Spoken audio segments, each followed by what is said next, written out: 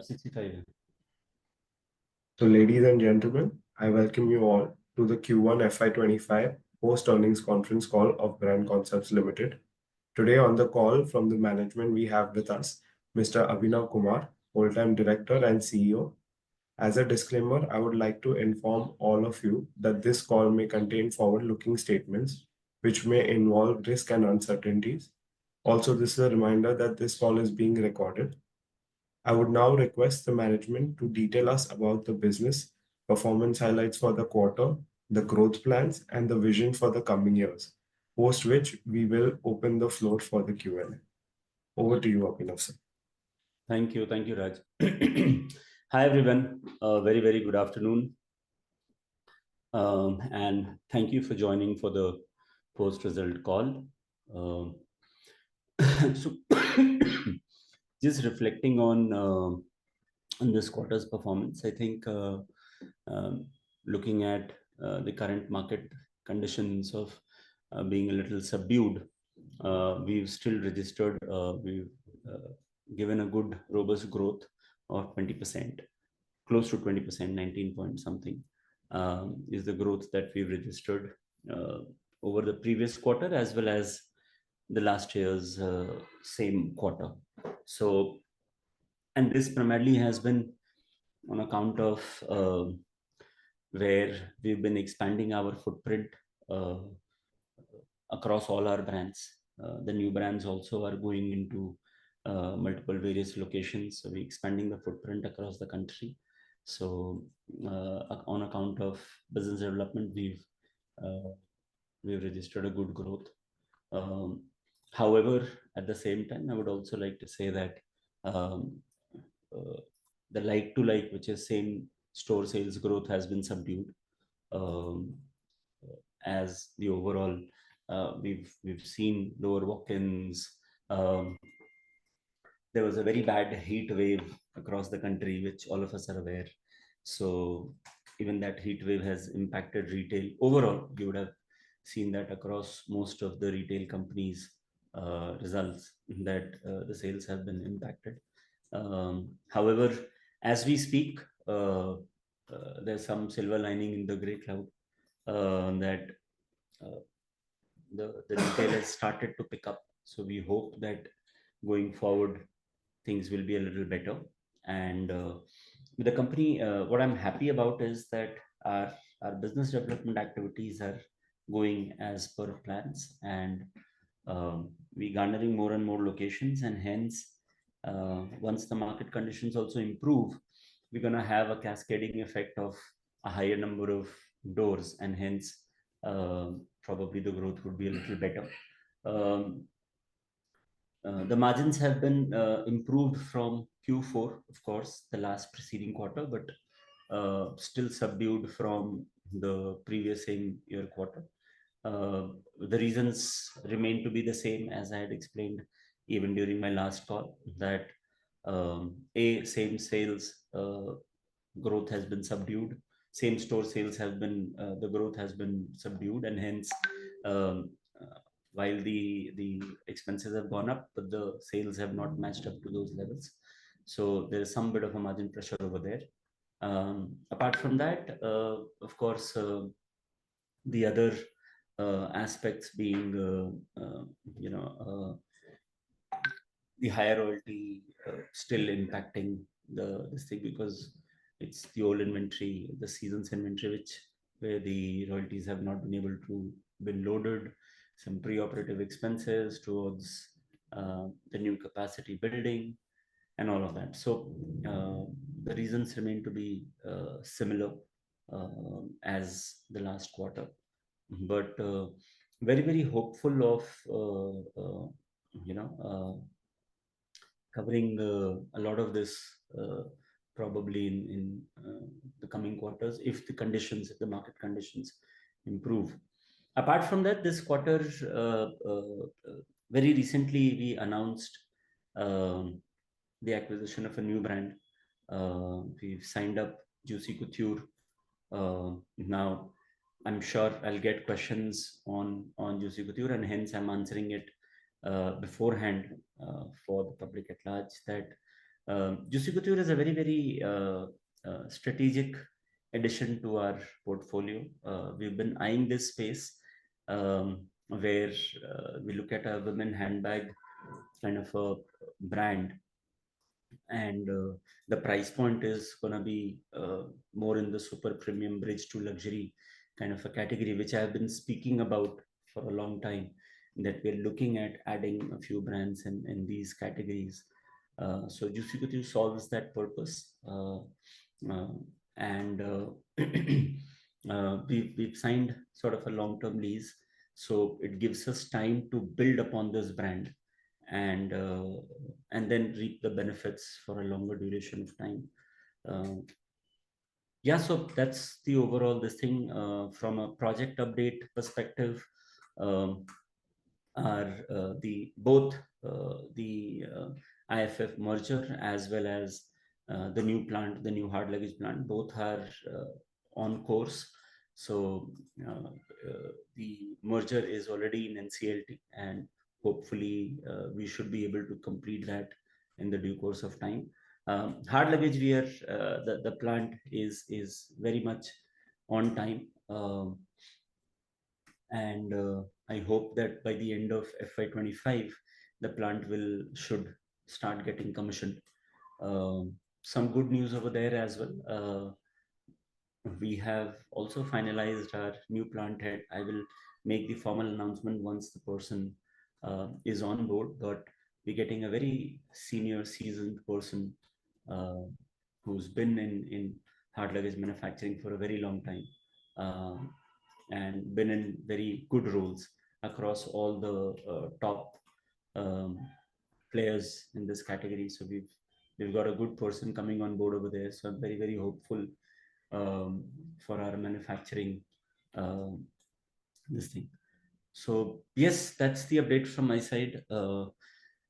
We can start the Q&A session, Raj. Thank you, Abhinav sir. We will now open the floor for Q&A. All those who wish to ask a question may use the option of raise hand. In case there's a problem at your end, you can also drop a message on the chat. We'll take the first question from Kashish. Kashish, you can go ahead and ask, please. Hi, congratulations on a good set of number. A couple of questions from my side. So this Juicy Couture brand which we have acquired, which kind of market is it going to be, a premium segment or is it going to be the mass segment which we are going to cater to? No, it's going to be premium. Premium. In fact, it's going to be more towards super premium and bridge to luxury.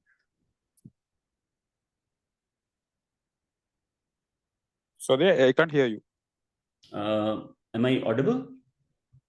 Kashish, I think there's a problem at your end. Okay, I'll drop back and join back once again. No issues. Yeah.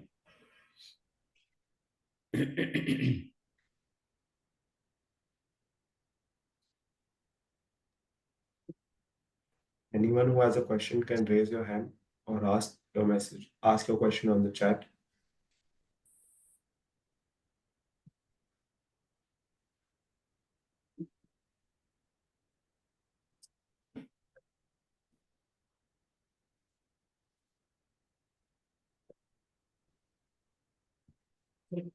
We will take the next question from the line of Jinesh Joshi.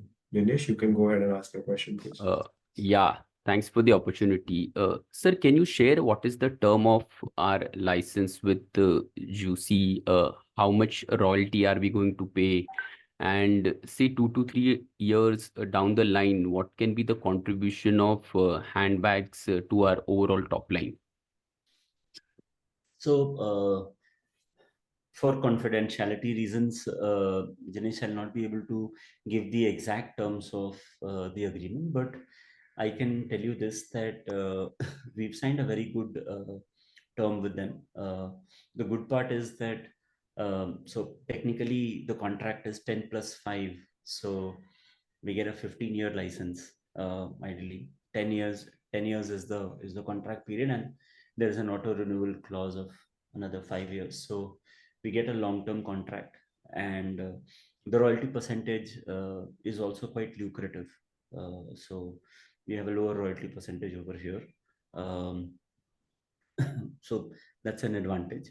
And in terms of top line, I would say women handbag overall as a category, I think it's a very, very good category. And we've been missing out on this category for the lack of brands. And hence, we're now looking at building it upon.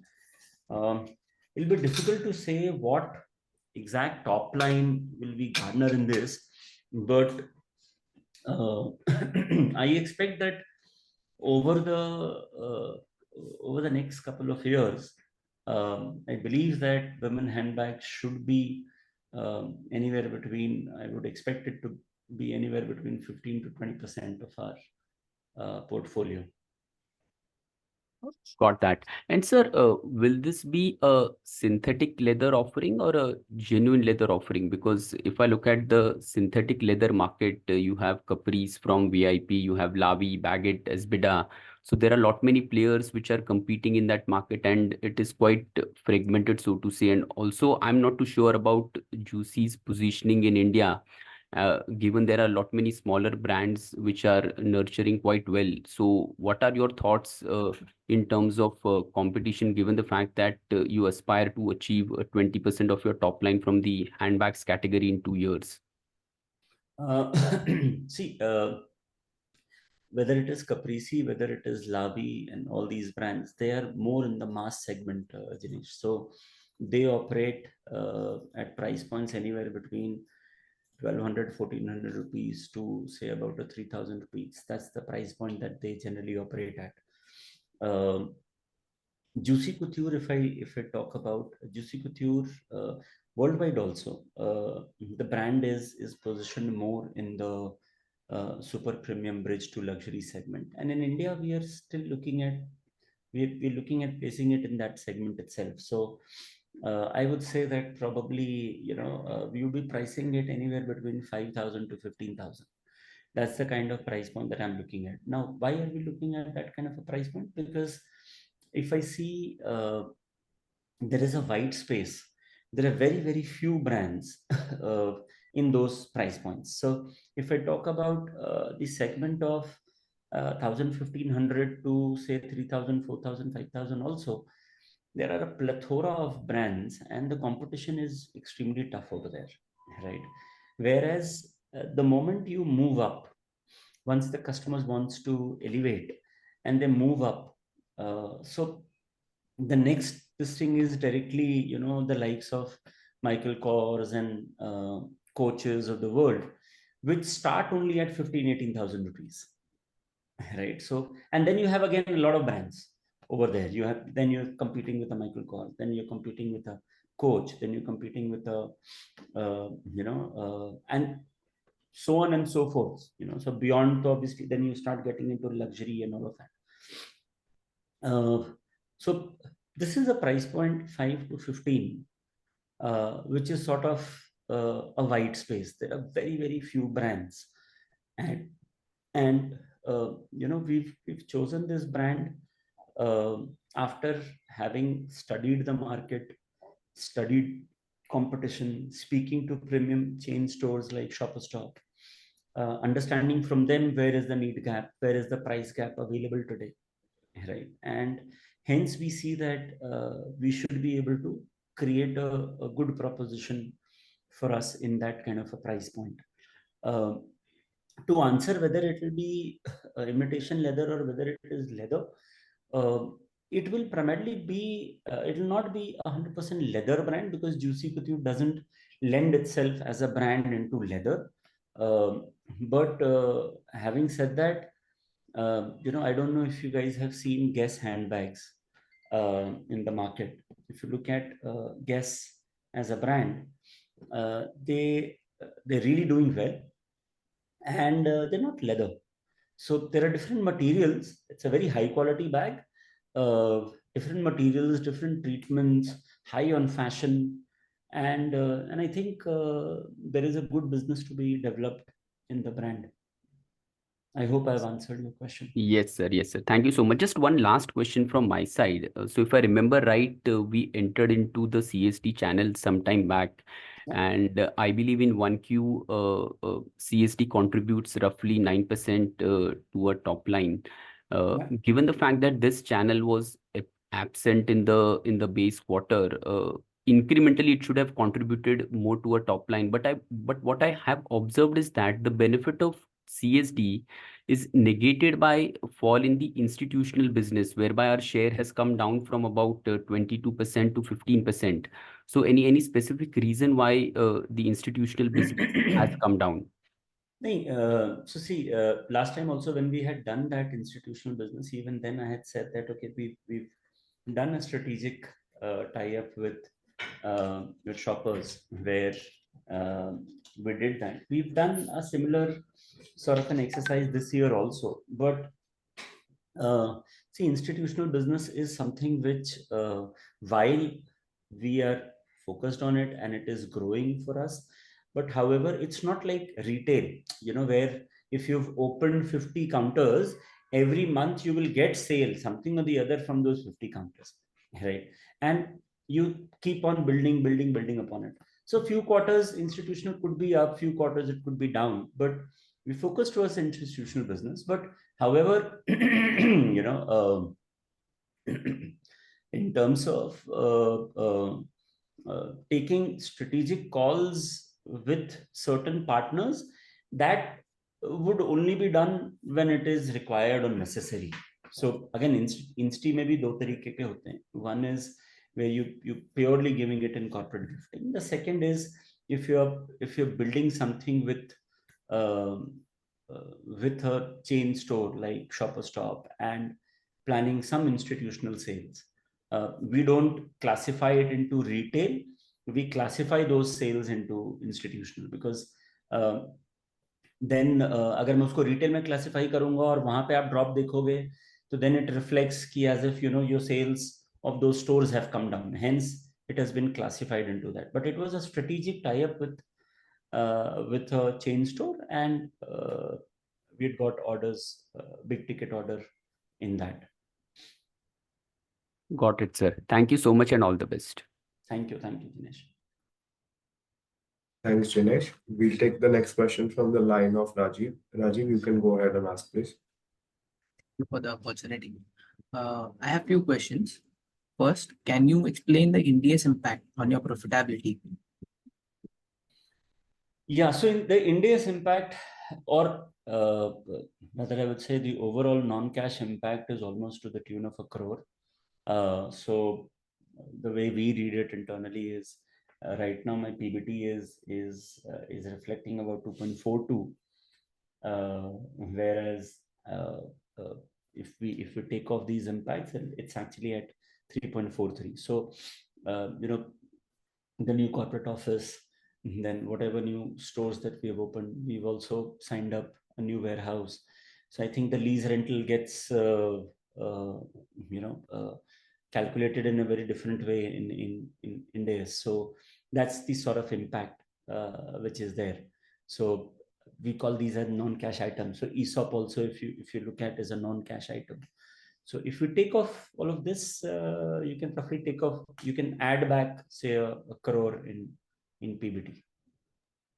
Yes, thank you. Next question is, we've seen the store addition was soft in Q1. Can you guide on where it would be in H1 or this year? Yeah. So Q1, yes, we haven't announced really. It was just 1 or 2 stores which were announced in Q1, but I think we've made it up in July. July we've added another 4 stores, EBOs, all franchisee stores. So I think single month abhi tak ka to highest figure hai, 4 or 5 stores in 1 month.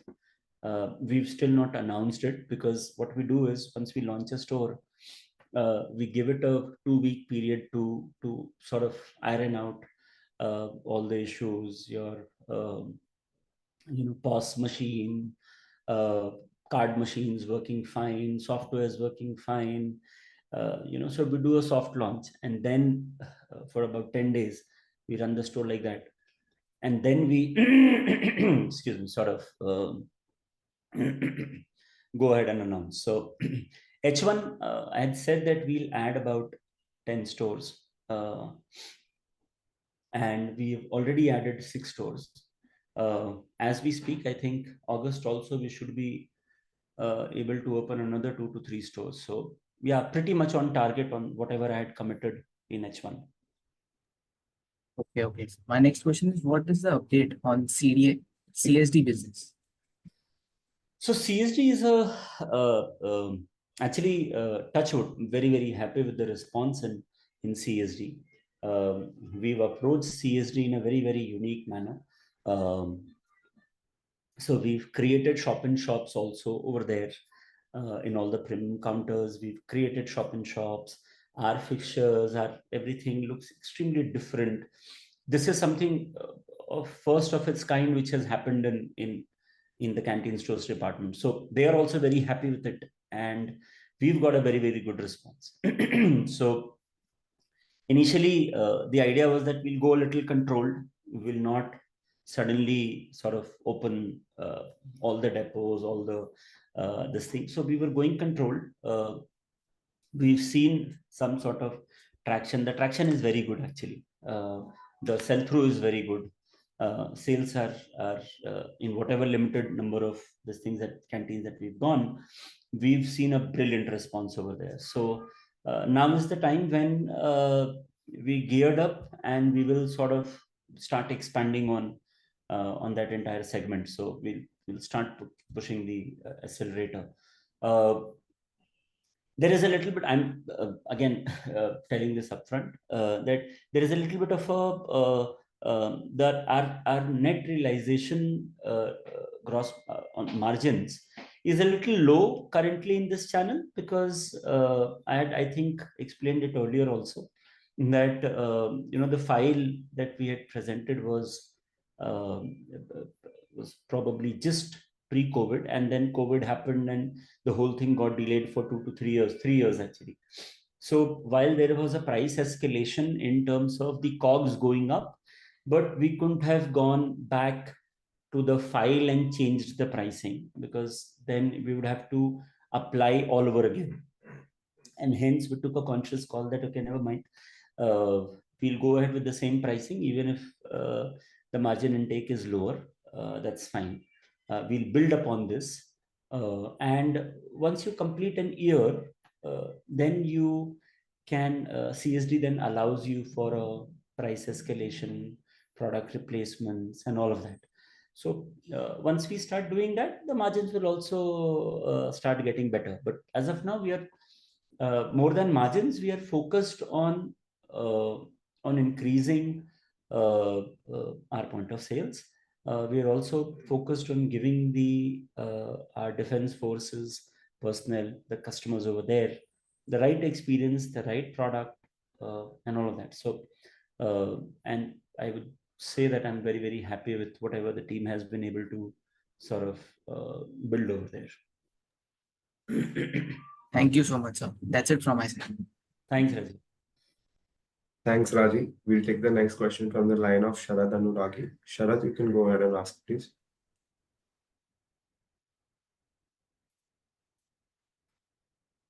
Hello. Yeah, Hi. thank you for the opportunity. Yeah, hi, Abhinav. Congratulations on our number. I wanted to understand this handbag segment a bit in detail. Yeah. Because as you mentioned that there's an interesting gap from the price front for 5 to 15,000. But are we looking to onboard more brands in this particular segment? Because if we are expecting 20% of the revenue down the line, say 3 years from now, I think some other brands would also be onboarded.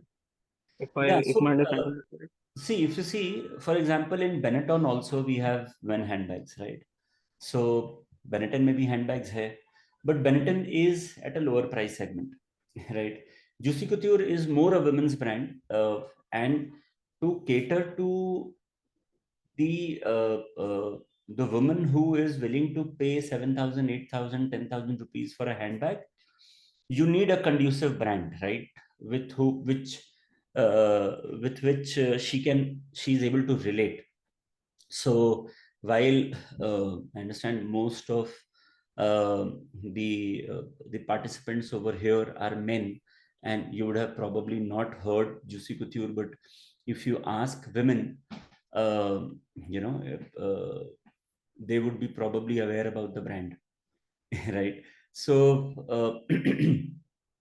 so Juicy Couture is going to serve this particular price segment. You have a United Colors of Benetton, which again has handbags. Aeropostale also we have handbags. So we're playing at different price points. So when I said 15 to 20% from handbags, I did not mean only from Juicy Couture. You are absolutely right that it cannot happen only from one brand, at least in the next 3 years. But yes, the overall bouquet will start getting into order. And then whatever other brands also that we'll sign or we look at fashion brands. So a handbag as a category will lend itself onto those brands also.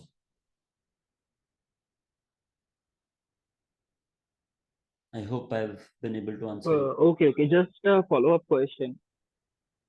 Yeah, just a follow-up question. This is from the price point. What I wanted to understand is, so if a woman is walking into the store and buying a Juicy Couture bag, uh, do you expect the working woman to buy this brand? Because from my understanding, this brand gives sort of a chic or a vibrant vibe. Yeah. So we'll have. So as of now, we also have plans of opening Juicy Couture standalone stores, right? Because again, a good aspect of Juicy Couture is we've signed a lot of other categories also. So it's not only handbags. So we've signed accessories also. We're planning to do scarves also. We're planning to do a lot of keychains, key fobs, your small trinklets that you wear. There'll be pouches, there'll be beauty cases, there'll be. So we've also signed up, for example, hats. So we want to present it as a lifestyle brand. We want to present it as a very fashion forward brand. From a product perspective, you will have ranges which you can call as you give a, when you develop a product, you give a whole array of a basket of products. So there'll be something for her if she wants to carry it on the beach. If she's going on a vacation, she'll be carrying a bag. We'll be offering something to the tune of that as well. But at the same time, we'll be offering something which she can carry it every day to the office. And the business in that segment is quite sizable, right? So even if we are able to see, I generally, I believe that rather than focusing on the output, what we should be doing is focusing on the input, because if your inputs are right, the customers are going to love it. And I think the brand, the product, pricing, all three, in my mind, the fit is nice. However, customer is the final king. So we're going to get our answers once we get closer to the launch. Yeah, thank you. Great explanation, Abhinav. Just one last question. I think in the last con call you said that for the H1 you will be putting down your marketing side of the expenditure. So from this quarter, can we expect a little more expenses on the marketing side picking up? We already brought it down from Q4 to this Q1, and we further gonna be reining on the marketing expense. Yeah. So Thank we've you. already Thank brought you, it Abhinav. down. We'll be further fine tuning it. Okay, okay. All the best. Thank you, Sharad. We'll take the next question from the chat. Ishpreet Kaur, you can go ahead and ask, please. Hi, Abhinav. Thanks for the opportunity. Hi. I just wanted to understand. So there is a mention of certain brands in the annual report that the company would be selling under bagline like CK, Samsonite, Delsey. Just wanted to understand what is the kind of agreement we have with these brands. No. So It was actually a typo. We went back and we've corrected that. But I'll tell you where it has stemmed from. We were contemplating that on our e-commerce, which is bagline.com, we got an interest from CK, DKNY, and a couple of other brands Right. to sort of come on board. So the idea is we are exploring that. However, it'll require some more preparedness of the entire IT infrastructure. So it'll have to be a plug and play where if it can be more of a marketplace kind of a model, it's more in the experimental stage. So when when the people who were preparing the annual report and when they asked about every different channel, and we mentioned about this, and that's how it just suddenly got captured in the bagline store or bagline overall concept. In the stores, as of now, we're not introducing any of these brands, but e-commerce, we are looking at that. Should we try a marketplace model with a few outside brands? But that's in the as I said, experimentation stage. So we should be able to comment on that better once we cross that hurdle. And these would be purely from the marketplace perspective and not in terms of brand curation and in terms of your focus towards the business in terms of curation of the brands and the newer brands or the retail aspect of it. No, so if you see, curation of brands is the only reason probably why we would have these on our website, because we've been focused and we've always said that we are more in the fashion space, more in the premium space, and hence these brands fit the bill. Right. A customer visiting bagline.com then gets a curated experience that okay, he's getting all the like-minded brands available at one this thing. Because if you see today, if I talk about most of the other e-commerce players, they've become more of horizontal players, right? So you will get an unbranded to branded to, and if you have to buy one thing, you are you have to go through pages of and pages. Either you go into the filter and start putting the brands that you want, otherwise slowly and steadily what is happening is that e-commerce, most of the players, except for the luxury ones, in the premium space, there is no curation happening, right? Everything is become Amazon was always a marketplace. Flipkart was always a marketplace. Myntra was the only player which was a curated experience, and I see that also dwindling a little bit, and hence I sense an opportunity that if you have a vertical play in e-commerce, so a specialty e-commerce where the customer is getting a curated experience of premium, not luxury, because luxury again, Tata Click Lux is available, Agio Lux is available, but in the premium space, that whole curated experience is missing, and hence once we we spoke to these brands, and the brands were extremely willing and all of that. So it's still under contemplation that can we do all of this on our website. Retail, it becomes a little more challenging because when you're doing your own brands, you have higher gross margins, right? Correct. And so there'll always be a biasness. You'll always be making more money in your own brands rather than making money in the other brands, because they'll be giving you a finite sort of a margin. So it doesn't make sense to cannibalize your own these things in retail. But in e-commerce, probably this could spin into a different segment altogether. So Sure. Okay. And the other part is that if we look at the license fee expense as a percentage of sales, that's also increased, say, 50-60 basis points YOY, almost close to 11 odd %. So with UCB coming in, we were under the impression that maybe the license fee should be lower versus a Tommy Hill figure. So if you could help us understand that. Yeah, but as I said that there was a royalty increase, and since Tommy is still, if you look at the overall percentage of contribution of Tommy, it's close to 80%, Right. and hence you see the impact. अगर वो UCB नहीं होता या दूसरे low royalty brands नहीं होते तो the royalty percentage would have been probably even higher. Okay. And do you see this royalty fee coming down once you get to a certain scale, or would it like continue being at this high level? It's a I don't know. I can't say it with 99%. It will not come down. Okay. Okay. But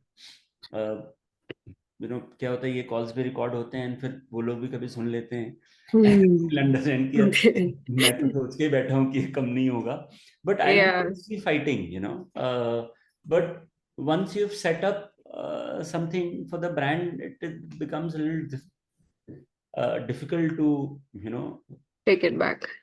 take it back. So 90% I would say that they will probably not go back.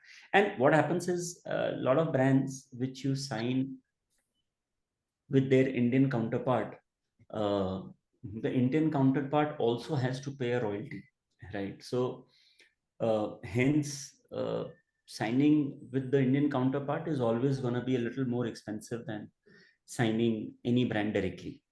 So Got it. Yeah. Benetton is also not that low on this thing because they are also an Indian counterpart of the foreign entity. So the Indian counterpart has to pass on some to the foreign entity as well. But if you look at Aeropostale, if you look at Juicy Couture, it's a direct contract. Right. Just one last thing. So, based on this conversation, so maybe a 12-13% EBITDA margin on a sustainable basis for a long term should be doable, or can higher EBITDA margins also be done? See, when we talk about long term, when we talk about margins, I think EBITDA margins, higher EBITDA margins can be done even today, right? Right. But what I am trying to do is whatever we are earning, I have said this earlier also that I don't believe in burn and earn philosophy. Correct. So we first earning and then we putting that money back, Right. in preparing ourselves for for the next jump. We've been in this orbit of Correct. 60, 70 crores, 50, 60, so earlier I was in the orbit of 40 crores a quarter. Then we moved up to about a 50, Right. 60 crores. Now we getting inching towards a 70 crores kind of a quarter. Whether it is today or whether it is probably 10 years down the line, we're not going to stop, right? I have huge aspirations of with brand concepts and what we're doing. So I would not stop. So for me, whether it is a 500 crore or whether it is a 1,000 crore, which is big, I would say neither of them are big, right? If my potential is going up to a 3,000 crores, why will I think that 500 crores is extremely big, right? So we will keep reinvesting, right? So Right. hence, I believe that a 12%, 13%, anything between 10 to 12% of an EBITDA is a good EBITDA, right? It's a decent EBITDA. We're not very extremely good, but we're not extremely bad also. Right. So let's maintain that and then plow back that whole money to grow, so prepare yourself for the next 10 years. Right. Sure. Thank you so much. Thanks, Ashwin. Thanks, Ishpreet. We'll take the next question from the line of Kashish Gandotra. Yeah, there are two direct messages which have come to me also, Raj. Sure. I've not been able to read them because if I read them, then I miss, age is catching up. I'm able to focus only at one thing at a time. Sure, sir. We can take the question from the chat now. You can. Yeah. So, Mr. Ram Pandey, this year ending turnover capex guidance, if possible, give with PAT margin.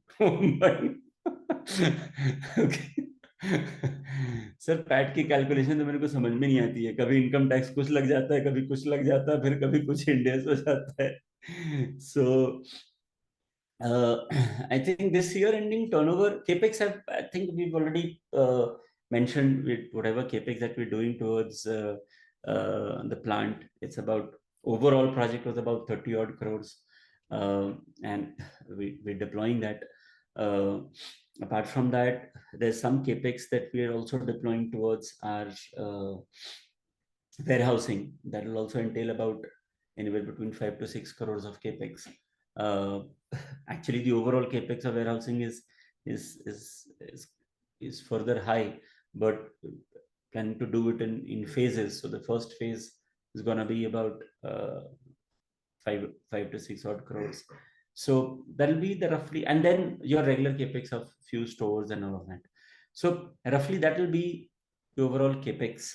This thing in terms of turnover, I had mentioned earlier on that the market sentiments are not that conducive right now, and which have been proven true. You can see it across the retail industry results. We've still been able to post a 20% growth. So I think we will try and maintain this at least till H1.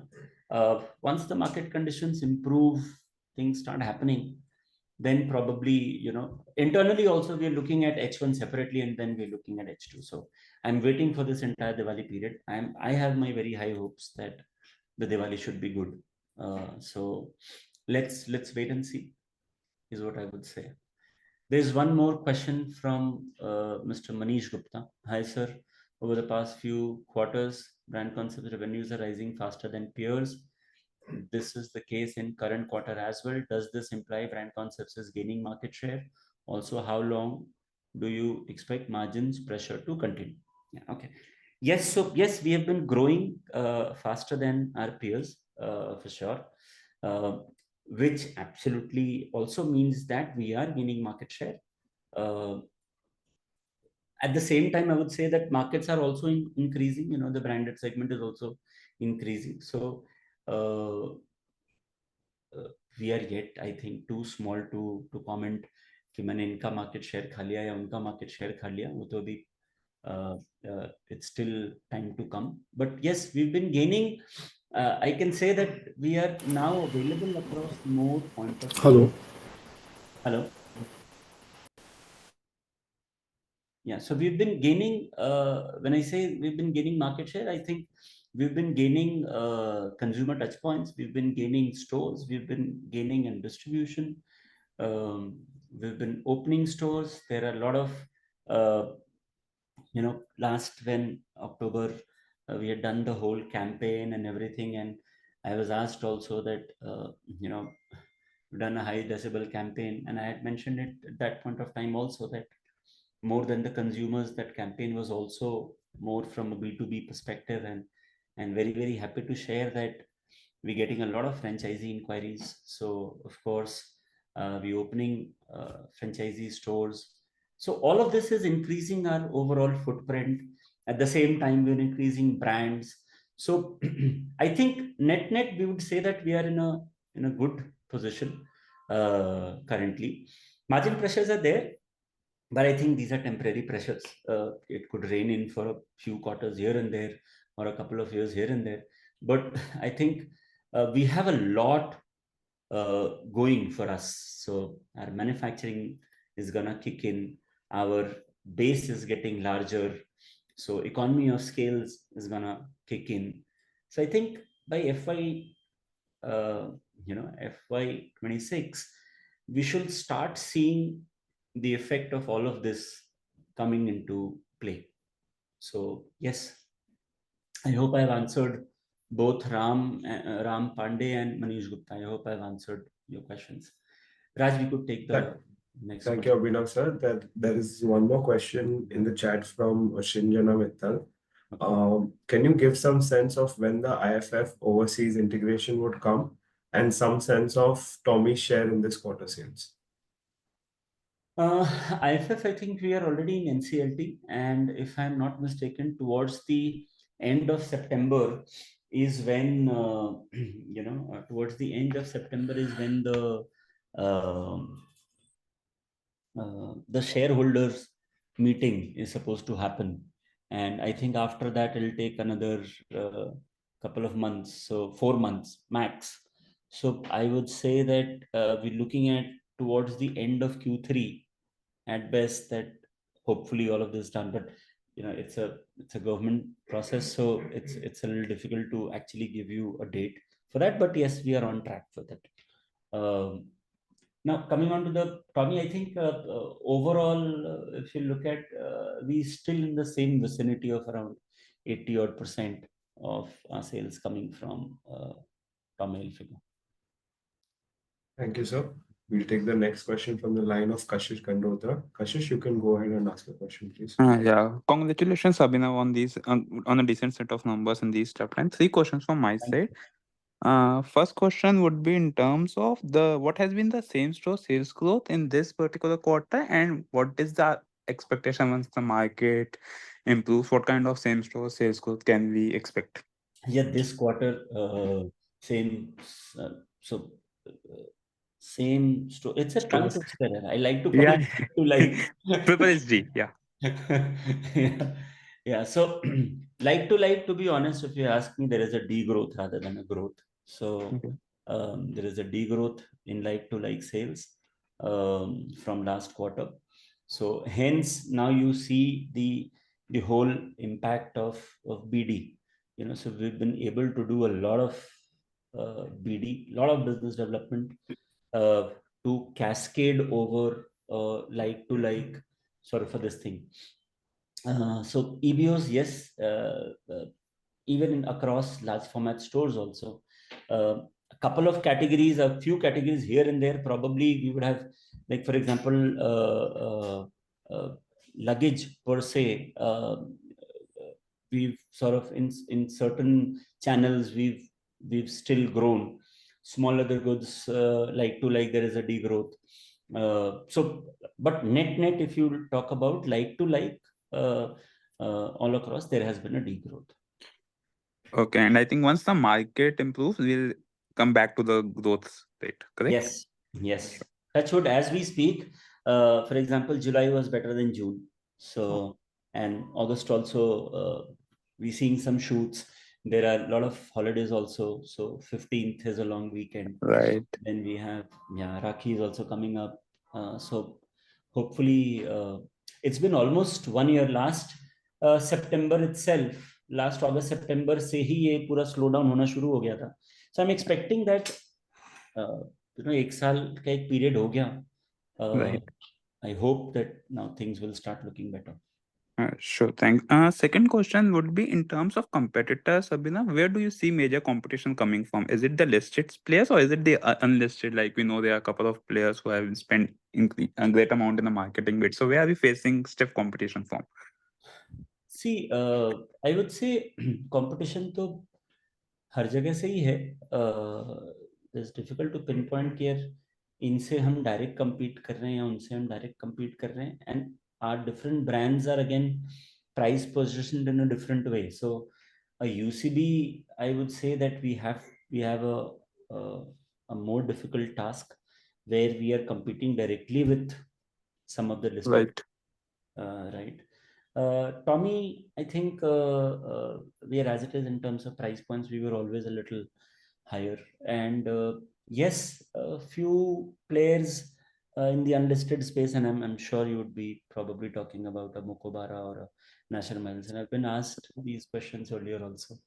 So if you look at, I think somewhere, whether it is for that growth or whether it is whatever, even if you look at today Mokobara now, earlier, I used to love their content, and I admire them for whatever they've done. So there's no this thing about that. But today, if you look at, whenever you open, all you see is communication of discounting, right? So there is some bit of pressures happening all across.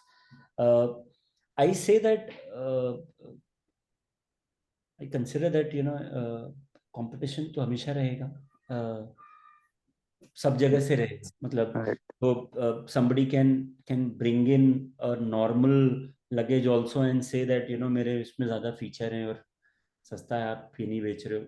But we are not, how we are different or how I would want to differentiate from the rest of the market is that the rest of the market or most of the people players are a category play, whereas we are more of a brand play, right? So that's where our differentiation lies.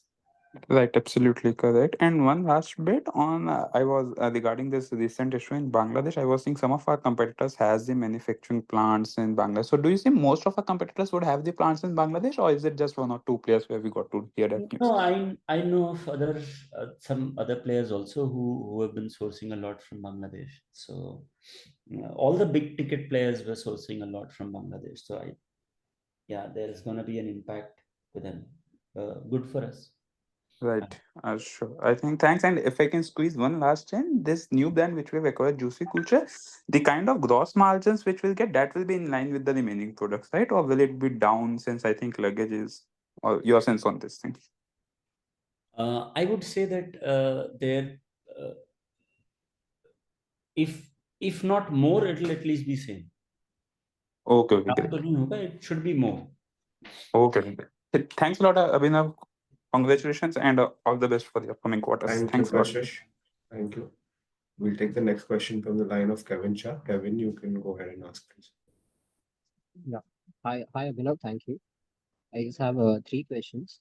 My first question is, what are going to be the key growth drivers to reach the 599 crore target revenue? More details if you could share in terms of channel strategies. Sorry, reach what revenue? 599 crore target revenue. 599. Where did that come from? Okay. Never mind. आप लोग sir ऐसे ही target बढ़ाते चले जाते हो हमारे लिए.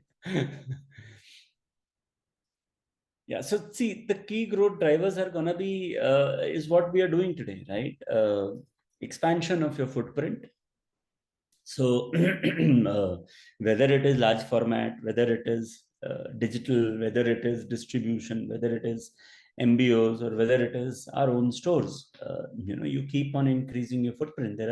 There's still a lot of markets where we are not there. So expansion over there.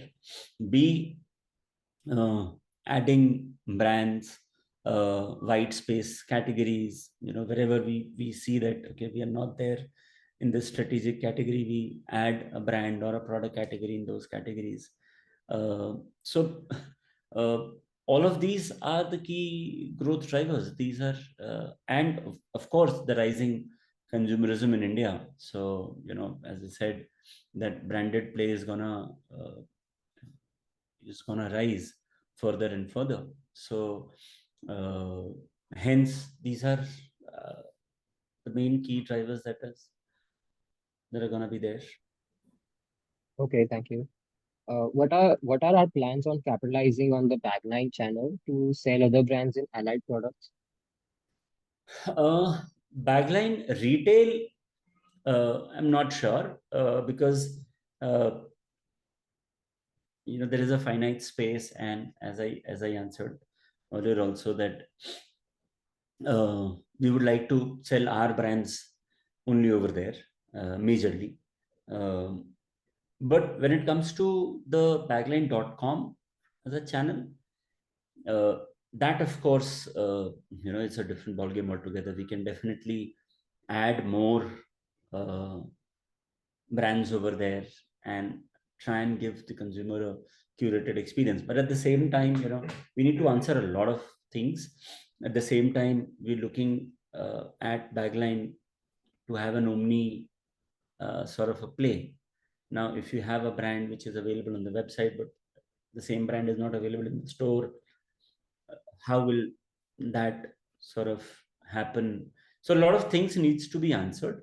Apart from that, all these new brands, even if we allow a few, or even if we sort of collaborate with a few brands to come on our website and do sales, I don't want to again get into the whole model of buying their inventory, keeping it in my warehouse, and then selling.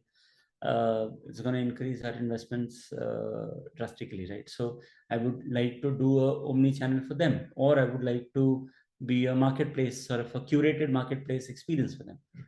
So for that, then your technological infrastructure has to be such that it's a plug and play sort of a model. So we are exploring that as well. So a lot of things happening on that front, but we'll sort of discuss a little more once internally we are absolutely sure about which route to take. Okay, Abhinav, thank you. That's it from my side and all the best. Thanks, Kevin. Thank you, Kevin. We'll take the next question from the chat from Sudhir Agarwal.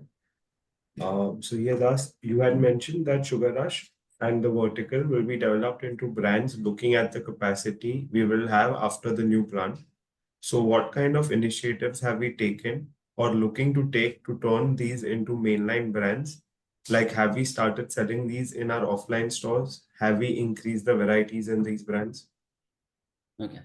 So Sugar Rush, yes, we sell in a couple of our stores, in fact, and we have some variety also over there. So we Sugar Rush, the whole strategy is that we are right now keeping it mostly confined to our stores, EBOs, and we selling from there. And somewhere we getting a decent sort of attraction also. Vertical is an interesting story though. We've experimented with two models in vertical in distribution space, in MBO space, and we've taken a very different sort of route, very different strategy, and I'm happy to share that the markets have responded pretty well, very good actually, to those strategies. So we're looking at building there something, though I used to say that we will not be available in the mass market, but we are dabbling our hand over there, experimenting over there. You may ask why the depart from the original narrative that we don't want to be in mass as well as in luxury. Luxury I still maintain will not be in luxury, but mass I'm trying to dabble my hands in. To be able to do something in the mass market, you need the backing of manufacturing, right? We never had our own manufacturing when it came to luggage, but now I'm seeing that the hard luggage manufacturing is on the horizon, and hence trying to double my hand. That can we actually then look at creating something which could go into the mass market, because we will have that power of pricing. So the response initially is good. I wouldn't say that please don't read it into this thing that, oh, now suddenly the vertical will start getting very big and we'll start, because we're competing with very seasoned players. We're competing with the likes of Safari of the world, and I think they've done a brilliant job in capturing that market. But and hence when you have such a tough competition, we shouldn't be counting our eggs before they hatch. So we'll wait and watch. We'll see how it goes. Thank you, sir. We'll take the next question from the line of Ankur Gulati. Ankur, you can go ahead and ask, please. A bit of question. The marketing expense which you mentioned is going to come down in Q1, Q2. Is this more seasonality and it will go back to Diwali season levels or no? I mean, you'll spend more money in Diwali? हाँ, थोड़ा बहुत seasonality आता है कि Q1 में थोड़ा आपने ज्यादा करा, बट Q2 आपका फिर थोड़ा सा कम हो गया. Q3 हो सकता है, yes, because of Diwali there'll be certain ads, but as I said, by the end of the year it would have come down to the levels that we had sort of had indicated. So last year, if you look at our marketing spend, had gone to almost close to 8% right now. That's something that said that I'm in the business of licensing. I'm not in the business of making these brands. Yes, once in a while you invest strategically thinking that, okay, we need to invest. Like, for example, Juicy Couture. It's a 15-year license for me. Very good gross margins. Even if I invest today, it is required. You invest today, and you are then able to reap the benefits over a long period of time. So, but apart from that, if I talk about, yes, we invested in Bagline last year, and now we are seeing the results, right? So, H1 have opened more than 10 stores now in only franchisee, and we have a good pipeline. So, it's growing, right? So, the investments are subject to a particular strategy. Apart from that, on a regular basis, yes, our marketing spend will never be more than 4 to 5%. So It was before you hired. We'll be bringing it down those levels. So 4 to 5% used to be before you hired Arjun Rampal, right? No. What? So what was that before that? More 2.5%? Yeah. Or not even then? 2 to 3%. And that extra 4% you spent last year was one-off. So steady state, you are saying your 2 to 2.5% is now going to go to 4.5 or 4, right? Yeah, between 4 to 5%, 4%, 5%, that kind of a number. And more from a strategy perspective, you have now added JC. So you're basically monetizing your funnel or channel, whatever you call it, right? Yes. From a 12-month perspective or 24-month perspective, any other subcategory on your horizon?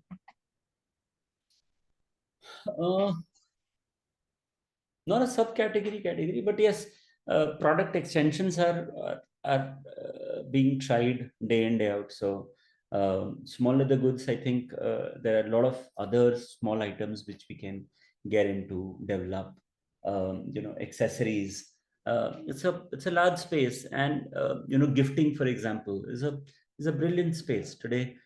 People looking at gifting something premium to something. So we are developing those kind of products as well. But who has? Wait, yeah. sorry. No, please go. Who has JC's apparel license in India? They have apparel line as well, right? No, as of now, apparel license, they had signed up with the group, but I think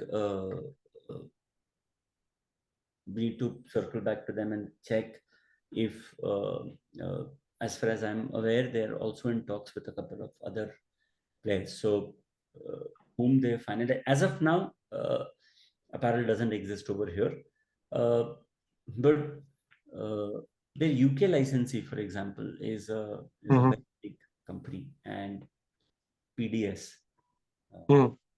runs in billions of dollars. They're the UK licensee, and they have done a fabulous job in creating a brilliant line in UK. So yeah, but the way I understand what you're doing with JC is something similar to Gap accessories in India, right? Not the whole line, but only the Gap accessory line. Yeah. Gap. And what's your experience? If I'm not wrong, that was Arvind, correct? Gap, or I don't know who was it, but that subline, how did that do for whoever that licensing in India was? See, because for a small store, if you go to a mall, you end up paying 16, 17, 18% as rent. If you want to do exclusive accessories stores. So how do you see that playing out? If at all aspiration is to grow their exclusive stores. If you talk about when we talk about accessories, we see women handbags is going to be the mainstay, right? So you can easily expect that 75% of the overall revenue is going to be coming only from the handbag division, right? Another 25% में आप ये बाकी accessories and everything सब कुछ आप develop करते हो. Now, if you look at today, the price point that I'm talking about is a similar price point as your Tommy Hilfiger handbags. You have Guess as a player over there, right? Now, Guess is doing very, very, yeah, very good. Understood. Last thing, and bit of a moonshot. Mhm. Any thoughts if JC doesn't get an India partner, you want to get the entire product range on with you or no? Or you think you're still not ready for an apparel line? I wouldn't want to get into apparel, to be honest, at this point of time.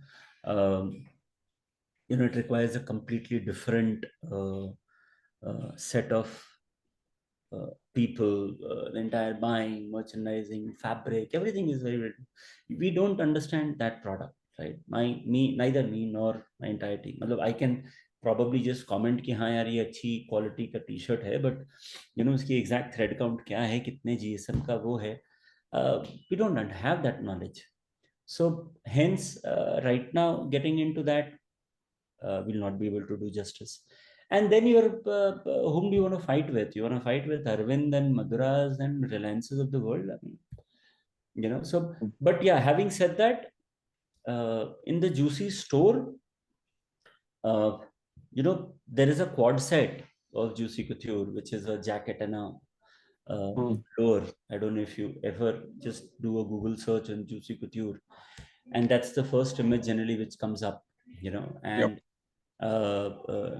when the brand was hugely popular in the US at one point of time, where the likes of Cindy Crawford, Pamela Anderson, all these top models, they used to wear Juicy Couture. Yeah.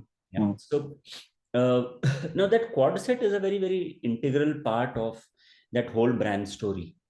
So we are in contemplation that the EBO that we'll open, probably we'll just dedicate one shelf those quad sets, but that's about it. We're not looking at getting into apparel completely. So it's more to give that consumer a brand experience and a brand identity. Correct. Yeah. So this product you will import, right, wherever they're manufacturing. Yeah. You're not going to. No. Got it. All right. All the best. Thanks. Thanks. Thank you, Ankur. We'll take the last question from the line of Naisar Parekh. Naisar, you can go ahead, please. Yeah, hi Abhinav. Thanks for taking the question. Just a couple of them. So you mentioned that obviously there is weakness in the market and lower SSSG and things like that. Our online to that effect has grown very well. I think 33% YOY. But there is weakness on the physical storefront and things like that. Why do you think that is? And how do you think the next few quarters will be? See, online also, if you see, एक तो online का क्या है, if you comparing it with last year's Q1, online में क्या होता है, your base keeps increasing, right? So, and then there is, you start calling something as a run rate. So, run rate obviously in Q2, Q3, Q4 itself, वो धीरे run rate has been increasing. But if you look at Q1, I would rather say that even e-commerce was a little subdued, right? Probably the rate of growth which they had came down, or whichever ways. Second, in e-commerce, there was also a huge pressure of discounting and capturing of lower ASPs. Now, if you keep lowering your ASP, you might be gaining higher in terms of volume, but I consider that not as a very healthy growth. So your value growth should always be slightly higher than your volume growth, right? And rather being the vice versa, where you're gaining on volume, but you're not gaining so much in terms of value, which means either you're discounting higher or your ASPs are coming down. Having said that, if you look at what was the second part of your question? How do we see that going forward? Like what I'm trying to get to is that physical stores, is it that are we seeing weakness in tier 2, tier 3? So I was trying to understand that. Is there a geographical play because of which we have a different online offline growth? This was a pan India player. At the end of the day, customer कितना खरीदेगा? After COVID, for the next 2 years, consumers went berserk, right? And then there has to be some consolidation which happens. How much will the end consumer buy? True, true. And so how long do you think this consolidation, do you think it takes 3-4 quarters for this to Yeah, normalize? that's the reason I'm very hopeful that by this Diwali should be good. So I'm quite hopeful that it should start bouncing back. Okay, understood. Second question was, sir, on, when we look at UCB Aeropostale, it's been maybe 18 months now since the brands have, we've added them. But it seems that the pickup is not as great. What is your evaluation? How would you kind of judge those two brands and how they have done? Yeah, so I would say that, you're right that it's been about 15-18 months that we signed. However, you should never calculate it from the signing, this thing, because it takes about good 7-8 months, 9 months to develop products, So the whole process, once you sign, then the designers will start designing, right?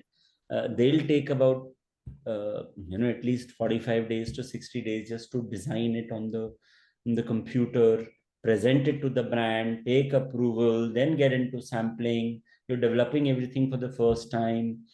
Add 2 to 3 months of production and 1 month of shipment time. So once you calculate all of this, I would say that we started launching, for example, UCB luggage started getting rolled out only from November, December onwards, right? UCB small leather goods, I can say that we started rolling it out from towards the end of Q2 last year, calendar Q2 अगर मैं बोलूँ तो. So financial Q2, August, September, July, August, September वाला period था. That's when August, September is when we started rolling out. Now, SLG, अगर आप देखोगे, UCB SLG, recently we got a ranking report from Shopper Stop, and very, very happy to share that the number one brand in small leather goods ranked in Shopper Stop is Tommy Hilfiger, and the number 2 is United Colors of Benetton. Right. So our target was that, within 1 year, we will break in the top 5. Here, I would say that less than 1 year, we are the second highest brand. So the number 1 and number 2 position is both us. Right. So we are gaining traction as we speak. Luggage, but at the same time, yes, I would also say that there are a lot of there's still a lot of work to be done. Specifically, if I talk about more on the handbag space, we've recently introduced handbags in a few counters. We've got a good response, but I think still the option count, the overall collection coming through. So give us 1 or 2 more seasons, and you'll start seeing the color of United Colors of Benetton. So the color will start coming. Got it. So last question on manufacturing. So 2 parts to it. One, our own plant, how's that going and what's the timeline and things Very to good. that? We in fact, as of now, we are running almost, I would say, 10 days ahead of schedule. But hopefully we continue on this path. So very, very happy with the way that plant is coming up. And as I said, we're also getting an industry veteran on board to run that plant, very seasoned professional. So hopefully we'll have some good news. So that should start production by when? FY25. So beginning of FY20. No, end of FY25. End of it. Okay. And on the merger, you mentioned that we are progressing on the legal side, but operationally on the back end, are you doing something so that once the merger is concluded legally, we can, just bring into action very soon and we don't waste the work has already started over there as well. So we are, for example, increasing our client base over there. There are 2 to 3 new clients who've actually come to us, and sample developments and all of that have already started. So उधर भी मेहनत चालू है sir, मेहनत full fledged चालू है, and probably this whole Bangladesh situation might be a little more helpful to us. Got it, got it. Thank you, sir. All the best. Thanks. Thank you, Naisa. Abhinav sir, if you may, there's one last request in the chat from Jatinder Agarwal. Yeah. Jatinder, if you want to go ahead and ask.